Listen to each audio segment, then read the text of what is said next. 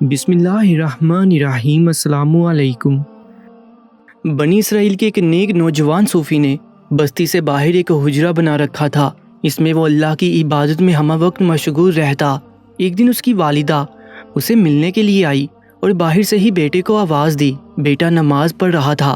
جریج رحمۃ اللہ نے دل میں کہا کہ والدہ کا جواب دوں یا نماز پڑھتا رہوں، اور پھر وہ نماز میں مشغول رہا۔ دوسرے دن پھر والدہ ملنے کو آئی تو اب بھی جریج رحمۃ اللہ علیہ نماز پڑھ رہا تھا۔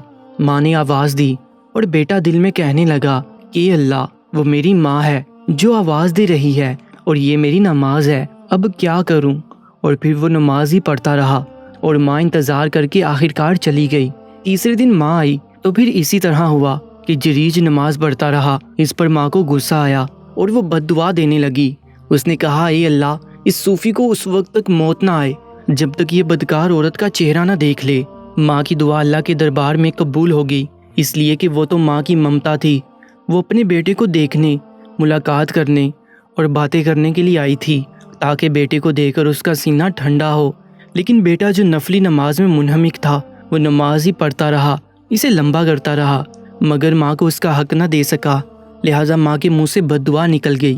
اب ہوا یہ کہ بنی اسرائیل کے جن کے اندر حضرت جریج رحمۃ اللہ علیہ کی عبادت، ریاضت اور ذکر الہی کی شہرت تھی، اور ان کے اندر جریج رحمۃ اللہ علیہ کا ذکر و تذکرہ چلتا رہتا تھا، انہی کے گروہ میں ایک بدکار عورت آئی جو بڑی حسین تھی اور اس کا حسن بھی معروف و مشہور تھا۔ وہ کہنے لگی تم جریج رحمۃ اللہ علیہ کی بڑی باتیں کرتے ہو، اس کی عبادت اور تقویٰ کا بہت چرچا کرتے ہو، اگر وہ مجھے دیکھ لے تو سب کچھ بھول کر میرا ہو جائے گا، اور اگر تم تجربہ کرنا چاہتے ہو تو میں اسے اپنے حسن کا قیدی بنا کر دکھاتی ہوں۔ اور یوں بھی مذکور ہے کہ بعض لوگوں نے باقاعدہ اس کا پروگرام بنایا اور وہ حسینہ اس پروگرام کے مطابق جریج رحمۃ اللہ علیہ کے پاس گئی اور اس کے سامنے جا کر اسے ہر ناز و نخرہ دکھلانے لگی، اپنے حسن کی کمنڈے اس پر ڈالنے لگی، بدکاری کی طرف جریج رحمۃ اللہ علیہ کو راغب کرنے لگی، مگر جریج نے انکار کر دیا اور اس کے فتنے سے محفوظ رہے۔ حضرت جریج رحمۃ اللہ علیہ فتنے سے تو بچ گئے، مگر ماں کی دعا قبول ہوگی کہ ایک بدکار کا چہرہ حضرت جریج رحمۃ اللہ علیہ کو دیکھنا پڑ گیا۔ جی ہاں، اسی پر بس نہیں بلکہ جناب جریج رحمۃ اللہ علیہ کو ابھی تو ایک بار اور اس حسینہ عالم کے حسین مگر بد کردار چہرے کو دیکھنا ہے اور اس کی نحوست کے منحوس لمحات کا بھی نظارہ کرنا ہے۔ اس بدکارہ نے جریج رحمۃ اللہ علیہ کی بے رغبتی کو اپنی انا کا مسئلہ بنا لیا، اپنی توہین گردانہ، اپنے حسن کو بے عزت ہوتا ہوا محسوس کیا، لہٰذا جھوٹی اور شیطانی عزت کے چکر میں اب اس نے ایک اور کھیل کھیلنے کا فیصلہ کیا۔ بکریوں کا ایک چرواہا جو جریج رحمۃ اللہ علیہ کے پاس آیا کرتا تھا، یہ عورت اس چرواہے کے پاس چلی گئی۔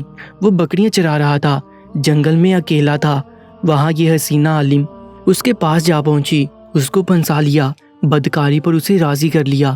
دنوں پہ دن، ہفتوں پہ ہفتے اور مہینوں پہ مہینے گزر گئے۔ آخر اس کمواری بدکارہ کے ہاں لڑکا پیدا ہوا۔ اس کی قوم نے پوچھا یہ کہاں سے اور کیسے آ گیا، تو اس نے جریج رحمۃ اللہ علیہ کا نام لے دیا۔ اب اس کی قوم کے لوگ آگے بڑھے، ان کا جم غفیر جریج رحمۃ اللہ علیہ کی کٹیا کی طرف چلنے لگا۔ وہ حجرہ نما کٹیا ذرا بلند جگہ تھی، لوگوں نے اس پر دعویٰ بول دیا، کٹیا کو ڈھا دیا اور جریج رحمۃ اللہ علیہ کو مارتے پیٹتے نیچے لے آئے۔ جتنے منہ اتنی باتیں، دیکھو یہ ہے صوفی اور اس کے کام دیکھو۔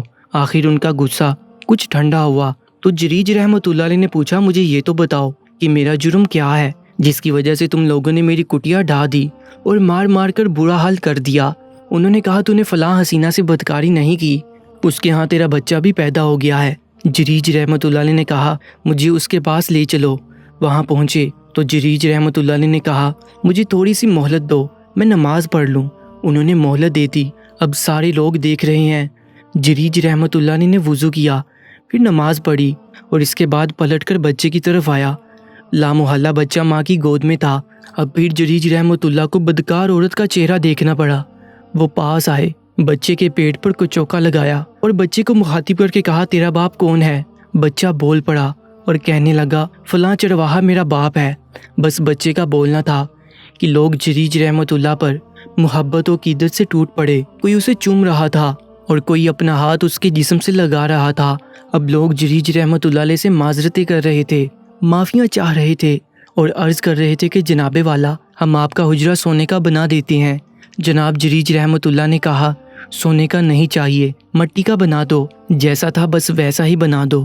لہٰذا لوگوں نے مٹی کا حجرہ بنا دیا۔